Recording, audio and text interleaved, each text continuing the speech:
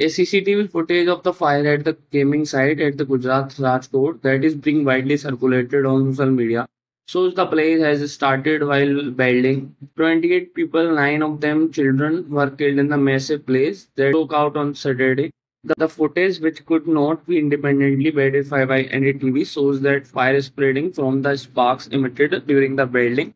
Some of the sparks fell on the pile of the plastic that lay nearly and it catch fire, which proved impossible to contain despite efforts by the panic-stricken workers. As the fire spread, a temporary structure at the facility collapsed near the entrance, trapping a number of people.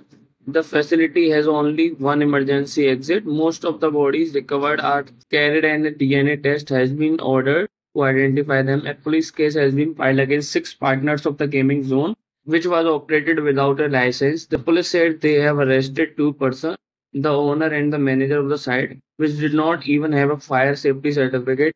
A special bench of Gujarat High Court that took suo motu cognizance of the matter today said it was a prima facie man-made disaster, pointing to reports that claims the site was operating without a proper approvals. The court also noted that a stock of highly inflammable material, petrol, fibre, and fiberglass sheets were stored at the premises. Sources have told NDTV that a gaming zone did not have a license to operate and there was no record of fire clearance from the Rajkot Municipal Corporation.